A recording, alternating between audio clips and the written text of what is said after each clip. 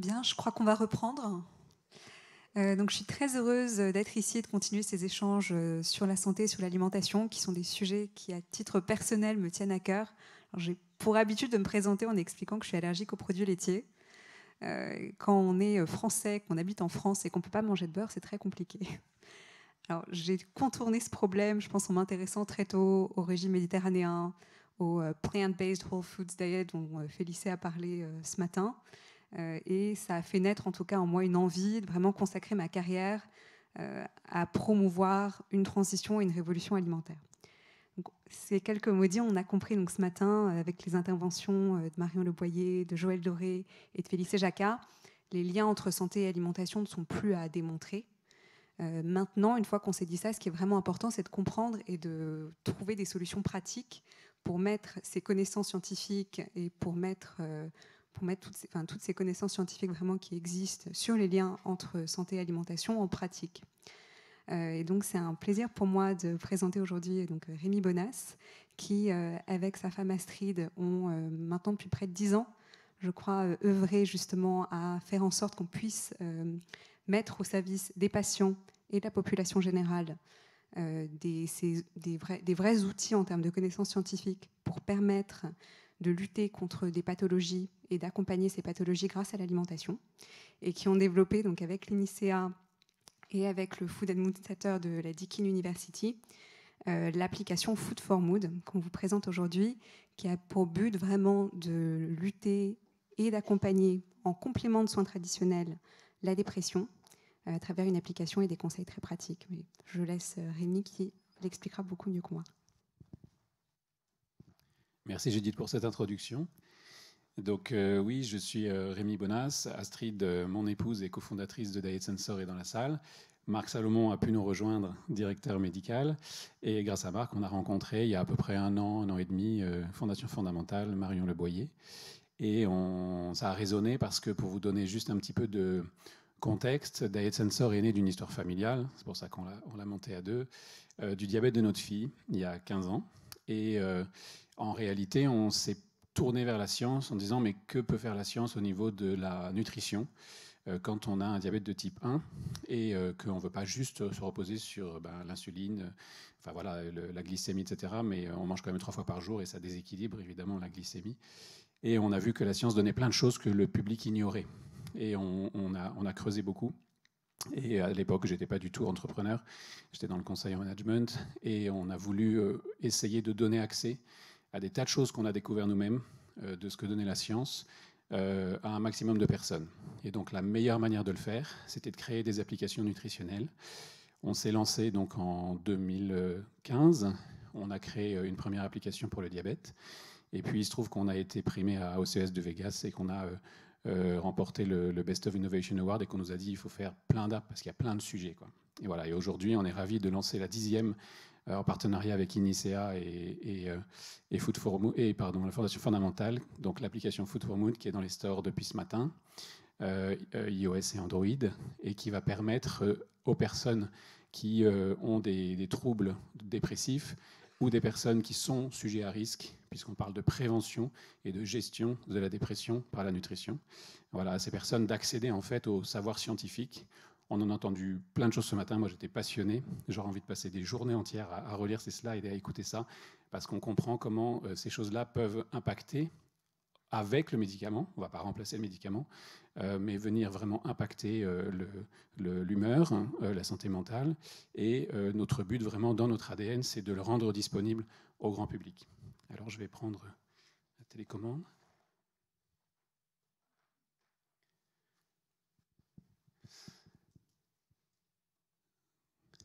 Voilà, donc les partenaires, je mentionne à nouveau aussi au-delà de INISEA, donc, qui a été partenaire et financeur, Fondation Fondamentale qui a été initiateur du projet, maître d'ouvrage, nous, Diet Sensor, l'éditeur, et donc Food and Mood Center, Tetiana qui nous fait le plaisir d'être avec nous, venue d'Australie, qui vous parlera cet après-midi plus en détail, donc je ne vais pas la faire intervenir maintenant, mais on a vraiment co-conçu avec Fondation Fondamentale et Tetiana, de l'équipe de Felice qu'on a entendu ce matin, tout ce contenu. Alors, on a donc fondé Diet Sensor en 2015. Je dis quelques mots, puis en fait, le but là, c'est de vous faire une démonstration de l'application après cette introduction.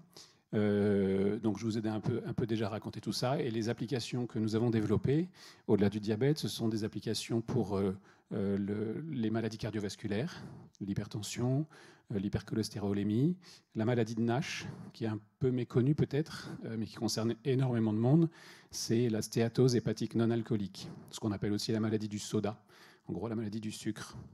Et puis on est allé vers des maladies un petit peu moins évidentes par rapport à la nutrition, mais on a découvert que dans l'épilepsie, 30% des patients résistent aux médicaments, et la moitié de ces gens-là peuvent résoudre leur épilepsie avec le régime cétogène.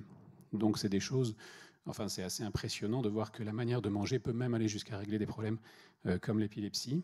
Et puis on s'est intéressé au cancer, non pas parce que la nutrition peut guérir le cancer, même si elle peut, je pense, contribuer à le prévenir, mais parce qu'aux côtés des traitements contre le cancer, on a des difficultés à manger et que c'est important de ne pas se dénutrir. Donc Food for Mood vient s'inscrire dans cette logique-là, et il faut le voir comme un outil qui va apporter la connaissance scientifique, toutes ces connaissances dont on a entendu parler ce matin, à disposition du grand public. Voilà, c'est vraiment notre ADN, comme j'expliquais tout à l'heure. Donc, on le fait à travers l'apport de conseils alimentaires, évidemment. C'est une plateforme qui a été éprouvée, puisque notre première application était dans les stores, je crois, en 2017 ou 2018. On le veut abordable, et vous verrez les prix tout à l'heure, parce qu'on veut que tout le monde puisse avoir ce coaching nutritionnel quotidien. On mange 3 fois par jour, donc on en a besoin en permanence. Et donc, c'est un accompagnement 24 heures sur 24, 7 jours sur 7, disponible à travers l'application. Et notre ambition, et c'est pas simple, c'est d'essayer de faire changer les comportements. On mange tous d'une certaine manière. On dit que chacun fait 200 choix alimentaires par jour. Et souvent, on fait un peu les mêmes listes de courses. Vous voyez bien dans votre caddie, quand vous regardez au supermarché le caddie du voisin, c'est pas le même. Et vous vous dites, moi, j'achète pas ces choses-là. Et lui se dit la même chose. Et le problème, c'est que il faut changer nos caddies. Et donc, si on devait retenir une chose, c'est que Food for Mood, c'est pour aider les gens à changer le contenu de leur caddie pour que tout ce qu'on a entendu ce matin puisse se faire. Et moi, il y a une phrase qui m'a énormément frappé de Felice. Elle a montré un diapo où elle disait voilà ceux qu'on a mis sous compléments alimentaires soi-disant très équilibrés, qui contiennent tous les oméga 3, tout ce qu'il faut, etc. Et ceux à qui on a donné une alimentation naturelle qui apporte les mêmes choses. Et le microbiote de ceux qui mangeaient du naturel a progressé, alors que les autres, le microbiote a régressé. Donc en fait, ce qui est extraordinaire, c'est qu'on peut, à travers une simple application mobile, qui peut nous aider à mieux faire nos courses, agir sur notre microbiote, et peut-être mieux que des choses très complexes. On parlait de greffe fécale, on parlait de plein de choses. Il y a tout un tas de choses, mais enfin ça, remplir nos caddies, c'est à notre disposition dès demain, quoi. Quelques visuels, après on va regarder la démo, mais en gros les fonctionnalités de Food for Mood, l'idée c'est de venir aider la personne donc, à remplir son caddie, ça veut dire à planifier des repas qui soient équilibrés et qui soient de type régime méditerranéen, comme on l'a expliqué ce matin, et qu'elle puisse suivre l'impact sur son humeur. Vous voyez en haut, là, il y a une courbe, j'y reviendrai tout à l'heure, et en fait la courbe bleue, c'est la courbe de l'humeur, et la courbe rouge, c'est la qualité de la nutrition. Et on a réussi, grâce à l'apport des scientifiques qui étaient avec nous, à mettre des indicateurs, des scores, dans l'application qui nous permettent de suivre la corrélation entre les deux. Et l'espoir qu'on a, c'est qu'en le faisant utiliser par une masse de personnes, on puisse commencer à faire des études sur la corrélation qu'on pourrait voir entre la manière dont les gens mangent et l'humeur qu'ils déclarent. Voilà, après le reste, ce sont des outils pour aider les gens à mieux manger. Évidemment, ça passera par des recettes, des menus, des suggestions alimentaires, et tout un tas de choses, et des listes de courses. Mais je vais vous le montrer ensuite en démo. Le parcours que va faire l'utilisateur après le téléchargement, c'est qu'il va avoir un long onboarding, vous allez le voir. Alors j'appelle ça l'onboarding, c'est le questionnaire de démarrage dans l'application qui lui permet à la fois de comprendre l'application et de la personnaliser. Ensuite, il y a un paiement, et c'est un choix qu'on a fait. Il y a une période d'essai, évidemment, de 7 jours, mais on engage les personnes, il faut qu'ils payent, parce qu'on a constaté avec nos autres applis que quand on offre du gratuit, on passe éventuellement pour des charlatans ou pour on engage moins, en tout cas, les utilisateurs. Donc, il y a une période d'essai possible. Ensuite, il va arriver avec son programme qui sera personnalisé grâce à tout l'onboarding qu'il aura fait. Et on va l'amener petit à petit à faire des pas quotidiens et à apprendre grâce à des tâches quotidiennes, grâce à des leçons qu'on appelle l'académie, qui a été rédigée par Tetiana, grâce à des recettes, des menus, un générateur de repas et une base alimentaire pour faire ses propres repas, qui contient, c'est la base Sequal, ça contient tous les aliments qu'on peut trouver dans les supermarchés, mais sous forme aliments génériques, pas de marque. Et puis des questionnaires qui nous permettent de suivre les fameux résultats dont je parlais. Alors, on va voir si ça fonctionne. Voilà, ça se lance. Donc, j'ai pas pu... je vais me mettre comme ça, si ça ne vous dérange pas. J'ai pas pu faire la démonstration en temps réel, tout simplement parce que je ne pouvais pas brancher le téléphone. Donc, on va la suivre. Et on a à peu près 10 minutes là, de parcours dans l'application où on va voir un petit peu comment les choses se déroulent quand on utilise l'application sur son téléphone. Donc là, on démarre. On est sur une présentation de quelques fonctionnalités de l'application. Et on va commencer le fameux onboarding questionnaire. Je vous gêne là? Non, c'est bon. Le fameux questionnaire qui permet de à la fois découvrir ce que l'application peut faire et de donner tout un tas d'informations sur qui je suis, mes problèmes métaboliques et autres maladies associées que je pourrais avoir. Et puis, c'est passé vite, mais on a signé un accord ou un refus de partager ces données avec Fondation Fondamentale qui pourra, s'il y a accord, exploiter de manière anonyme toutes les informations sur les repas, sur les scores, etc., qui seront enregistrés par les utilisateurs. Je ne commente pas tout en détail parce que ce n'est pas le but, là, mais là, vous voyez, dans l'onboarding, on voit les différents objectifs possibles. Et là, vous avez compris ce matin, je pense, en écoutant notamment Marion, expliquer la corrélation qu'il peut y avoir entre dépression et un certain nombre de maladies métaboliques, comme la maladie de Nash, le diabète, les maladies cardiovasculaires, etc. Et donc, on va déclarer si oui ou non on a une pathologie associée. Et s'il y a une pathologie associée, c'est là qu'on va embarquer tout un tas d'éducation nutritionnelle et de programmes alimentaires qui avaient été conçus au préalable pour la plateforme Diet Sensor avec ses différentes applications, dont l'essentiel a été rédigé par Marc Salomon ici présent, et qui va éduquer à la fois sur la dépression, mais aussi sur le diabète, l'hypertension, le cholestérol, etc. Là, on est en train de passer le questionnaire PHQ-8, issu du PHQ-9, moins une question, qui est un questionnaire bien connu, mais je laisserai les autres, peut-être Étienne expliquera le PHQ-9, et le questionnaire MEDAS. Ces deux questionnaires sont les fameux deux scores qui nous permettent de donner une corrélation sur comment est mon humeur et comment je mange. Et ça a été quelque chose de formidable de trouver ce fameux questionnaire MEDAS, qui veut dire en gros suivi du régime méditerranéen. Quel est mon score, mon taux de suivi du régime méditerranéen? Parce que ça nous permet, avec quelques questions, une dizaine de questions, de savoir si la personne change son mode alimentaire. Voilà. Et ça, enfin, on le reverra, je pense, avec Tetiana. Ça veut dire manger des fruits et légumes variés, manger très peu transformés, manger peu de viande rouge, plutôt de la viande blanche, manger des noix, des graines, des légumineuses, etc. Voilà, là on arrive à la fin de l'onboarding, on a passé tout un tas d'écrans où on a appris des choses et déclaré des choses, et on obtient son programme. Et on va avoir la possibilité de démarrer le parcours, enfin le programme, avec 3 forfaits. Un forfait dans les 60 €, un forfait dans les 25 € et un forfait dans les 13 €, donc pour 1 an, pour 3 mois et pour 1 mois. Les forfaits sont renouvelables, on les prend via les App Store, comme un paiement dans ce qu'on appelle les in-app purchase, les souscriptions in-app. Mais il y a aussi possibilité d'entrer un code, comme vous avez vu. Et donc, Inicea pour son réseau et Fondation Fondamentale pour son réseau pourront distribuer des codes à tous les patients qui sont intéressés de différentes durées. Et les personnes qui arriveront sur l'App Store et qui ne viendront pas de ces réseaux-là pourront donc essayer l'application avec une période d'essai. Donc là, on est dans l'application, on voit un petit peu le design. On a vu qu'il y a des zones, je vais y revenir après, mais il y a des zones sur les scores en haut, des leçons, les repas et des outils sur les courses, etc. On va repasser ici sur le score. Alors ça va être en accéléré parce qu'on a déjà vu. L'idée, c'est de répondre à ce PHQ-8 et on va inviter le patient, l'utilisateur, à le refaire toutes les semaines. Et l'idée, c'est qu'il puisse voir des points évoluer sur son score et de voir si la courbe monte en fonction de la manière dont il va changer son alimentation, qu'on va mesurer par le deuxième score, qui est le MEDAS. Ici, donc on voyait les courbes en haut, là, qui montent tous les deux en parallèle. Ici, on est sur les leçons nutritionnelles.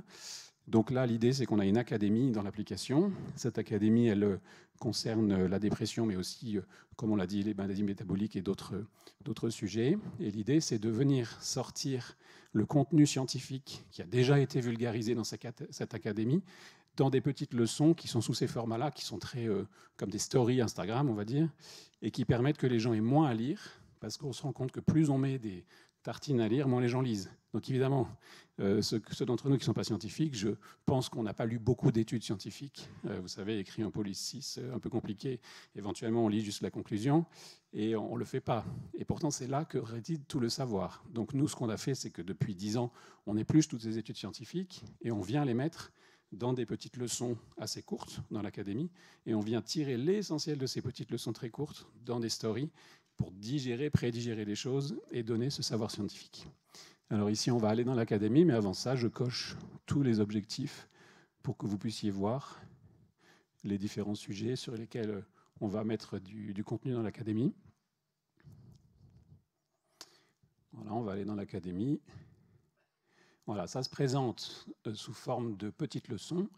Et pour chaque thématique, on va avoir 5-6 catégories de leçons sur tous les sujets. Donc, si l'utilisateur n'a coché que dépression et alimentation, il va avoir les sujets dépression, et puis évidemment les sujets comment bien manger, comment faire ses courses, etc. Mais s'il a coché épilepsie ou cancer ou maladie de Nash, il aura les leçons qui vont avec ça. Vous voyez, les leçons ne sont pas très longues, hein, c'est déjà des choses très, très prédigérées. Pour continuer, on va aller sur la zone repas. Donc là, l'idée, c'est de suivre ces repas. On n'est pas obligé d'enregistrer tous ces repas dans l'application, mais ça peut être une manière de faire, notamment si on veut suivre ces macronutriments. Et la plateforme Diet Sensor d'origine qui a permis de faire Food for Mood est très orientée sur le suivi des macros. Vous imaginez bien, quand on est diabétique, on suit ses glucides. Donc pour nous, les macronutriments, les glucides, lipides, protéines, c'est déjà la pierre fondamentale pour mesurer un régime équilibré. Et après ça, il y a l'ensemble des variétés, familles alimentaires et autres. Et nous, on va essayer de mesurer ça. Donc on peut rentrer ces aliments. Le problème, c'est que les gens ne savent pas forcément construire des repas équilibrés. Donc on va aller dans des outils comme celui-ci, qui est un générateur de repas. C'est un peu la borne McDo faite en produits sains. Vous voyez, le Big Mac, les frites et le Coca. Ici, on va passer les familles alimentaires. Il n'y aura dessus, sur les écrans, que des aliments compatibles avec mon repas, mon objectif, mes allergies, ce que j'ai déjà mangé ce matin et ce qui manque dans mon repas que je suis en train de faire. Et donc avec ça, on va pouvoir concevoir des assemblages hyper simplifiés de repas équilibrés qui équilibrent les macros de manière un peu magique et qui permet ensuite du coup de savoir qu'on a conçu un repas équilibré sans parler à une diététicienne. Si une diététicienne était sur mon épaule, c'est ça qu'elle me dirait de faire en live. Ici, on entre sur un autre outil qui permet de changer son caddie, comme je disais tout à l'heure, ce sont les recettes. C'est le meilleur moyen parce qu'on voit la photo, c'est sympa, on se dit tiens, j'ai envie de goûter ça. Et là, on va pouvoir préparer cette recette. Et donc, on va avoir sur chaque recette, évidemment, tous les ingrédients, les étapes de préparation, les valeurs nutritionnelles et les allergies et autres. Et on peut trier avec des tas de filtres les recettes qui vont être compatibles avec son programme. Une recette peut être ajoutée à un repas automatiquement, ce qui va permettre à l'application de calculer les macronutriments, comme on l'a vu tout à l'heure. Et on peut simplement se servir juste de la recette et les mettre dans les listes de courses pour aller faire ses courses, mais sans suivre dans ses repas dans l'application.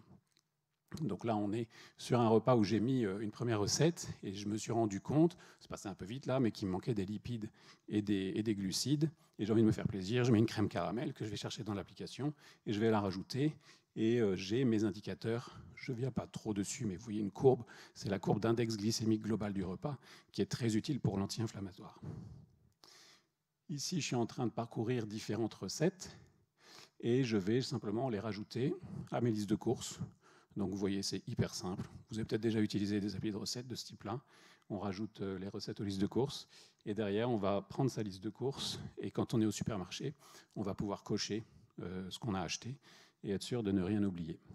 Voilà, on est là dans la liste de courses.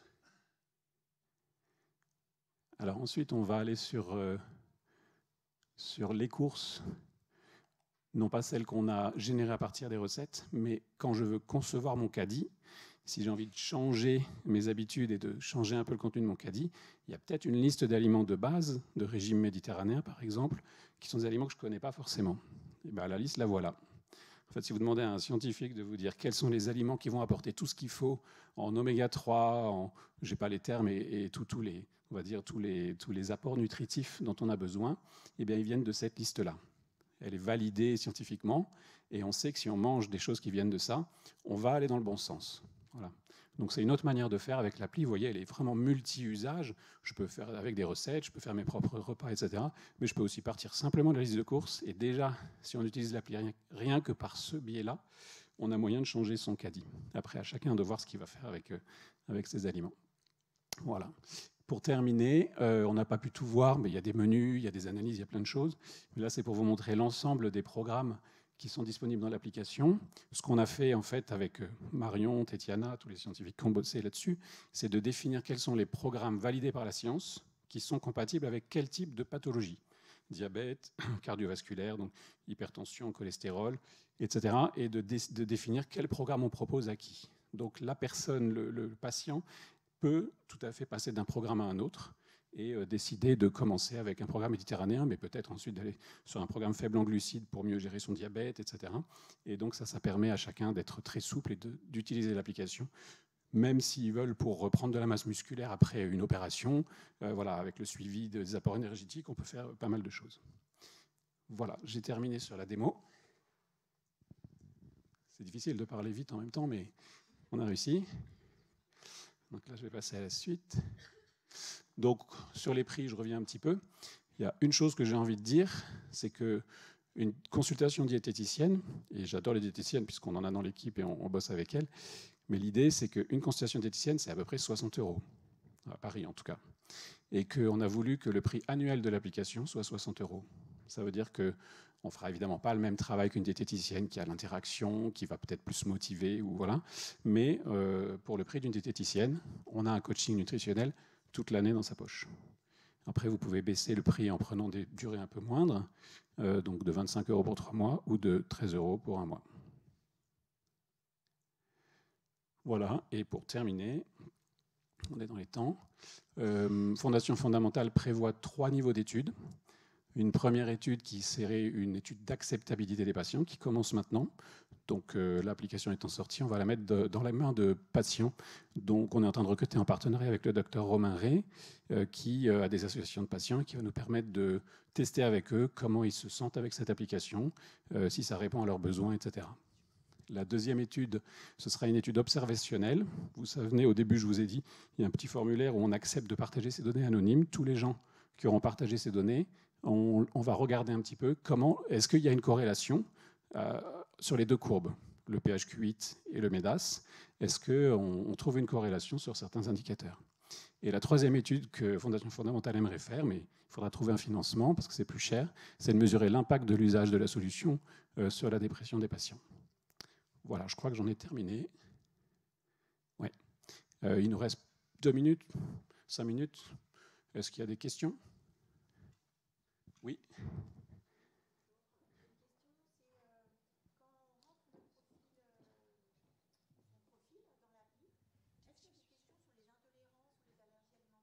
Oui, on ne va pas très loin sur ce sujet parce que ce n'est pas facile et qu'on ne saura pas dire si quelqu'un a mis dans son caddie ou dans son repas quelque chose qui contient une allergie, enfin un élément allergène, mais on va quand même demander si c'est sans noix, sans graines, sans poisson, etc., pour que toutes les recettes, les suggestions alimentaires qu'on fait, etc., évidemment ne contiennent pas ce type d'aliments.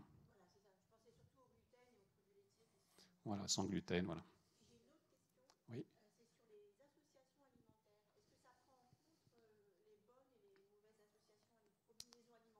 Oui. Oui, on a regardé 2 points sur ce sujet-là. Le premier point, on l'avait déjà avec le petit moteur générateur de repas à la McDo, comme j'ai vu. Et là, les associations, ça va être autour de est-ce que les aliments se combinent pour faire un bon apport nutritionnel équilibré qui vient des bonnes familles alimentaires. Donc ça, c'est déjà traité, c'est le plus important. La question qu'on a posée à Tétiana, Felice, etc., c'est est-ce qu'il y a des choses à pas manger? On parle du pamplemousse, par exemple, parfois. Et en fait, grosso modo, non. grosso modo, il faudrait vraiment qu'il y ait des apports excessifs sur un aliment donné. Il y en a très peu. Et ce n'était pas un sujet. Et donc, on n'a pas mis particulièrement d'aliments à éviter. À part les aliments non transformés et toutes ces choses-là qui font partie évidemment de la base. Mais il n'y a pas un aliment coupable qu'il faut absolument fuir, etc. Merci beaucoup, c'est vraiment fascinant. Bravo pour ce que vous faites. Et je voudrais juste apporter une petite question. Vous parlez beaucoup de la maladie, ce que je comprends. On veut aider les gens dans la maladie, mais on est peut-être plus nombreux encore à être en bonne santé et à vouloir faire de la prévention, en fait. Donc, quelle est votre attitude par rapport à Monsieur Tout-le-Monde qui se sent pas malade, mais qui pourrait en bénéficier, en fait? Ouais. Nous, on a 5 applications qui sont pour les non-malades, sur la prévention, bien manger, faire du sport, nutrition sportive, etc. Et notre prisme de départ, ça a été beaucoup ça, c'est de dire il vaut mieux prévenir que guérir, et la prévention, dans la prévention, c'est vraiment l'alimentation qui est en numéro 1. Donc en fait, notre vocation elle est là, et on a bien dit que Food for Mood, c'était pour prévenir pour les sujets à risque, et pour gérer ceux qui sont avérés avec ce risque. Donc on s'adresse vraiment aux deux et surtout au grand public, parce qu'il faut savoir que le régime méditerranéen, c'est un régime qui est recommandé en particulier pour le cholestérol, qui est recommandé pour tout un tas de... Enfin, en gros, manger méditerranéen, c'est choisir le régime équilibré le plus renommé au monde, et que ça s'applique à tout le monde. Donc si vous choisissez de manger du méditerranéen, vous faites bien de toute façon. Et si vous avez en plus un problème de santé mentale, enfin de dépression ou de cholestérol, ça va en plus bénéficier à votre équilibre.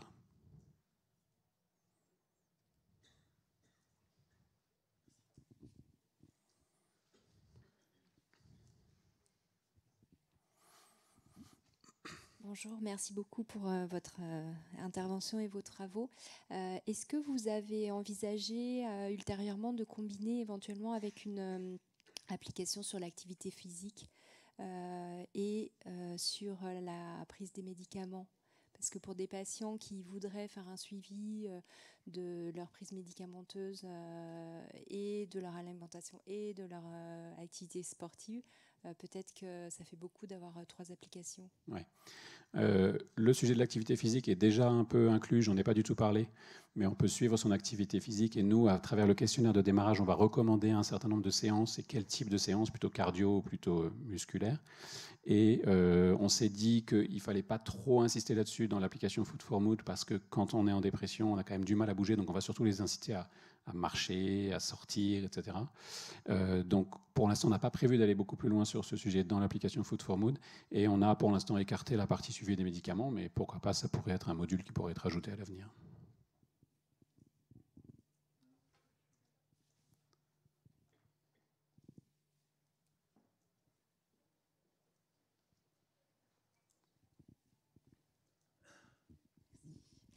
Merci beaucoup pour cette présentation et vos travaux. Ma question est un peu plus large, mais touche directement ce que vous venez de nous présenter. Dans quelle mesure une application comme celle que vous venez de présenter devrait être ou devrait devenir, être considérée comme un dispositif médical avec toute la réglementation qui y est associée? Je pense que c'est un gros sujet sur ce genre d'outil qui est vraiment de notre temps, mais pour lequel il y a un peu un vide juridique peut-être, ou je sais pas. Non, je ne crois pas qu'il y ait de vide juridique. Okay. Nous, pour l'instant, on ne se positionne pas comme un dispositif médical, puisqu'on ne fait ni diagnostic, ni prescription. On préfère le faire comme ça pour être déjà disponible auprès du grand public. Ça n'empêcherait pas qu'un jour, on essaie de devenir comment ça s'appelle, la classe 1, c'est ça? Bon, 2A, qui permet d'avoir une reconnaissance, éventuellement un remboursement, etc. Honnêtement, à la dernière conférence avec Food for Mood, avec Fondation, pardon, on a parlé toute une journée de ce sujet. La conclusion, c'est, si vous voulez le faire, super, mais préparez du temps et quelques millions d'euros pour pouvoir arriver à terme. Voilà. Pour l'instant, on ne les a pas. On reste sur non classifié et juste un coach nutritionnel.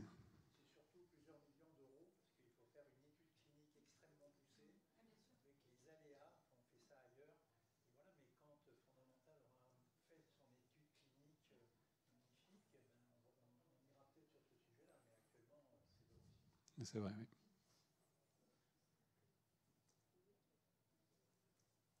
C'est bon?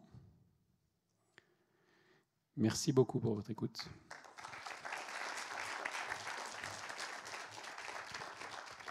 Merci beaucoup pour cette présentation. Merci à Judith de l'avoir modérée. On va vous inviter à aller déjeuner où il n'y a que des bonnes choses pour la santé mentale. Il y a un menu qui a été préparé par les nutritionnistes de Diet Sensor, donc je pense que ça va être très bon.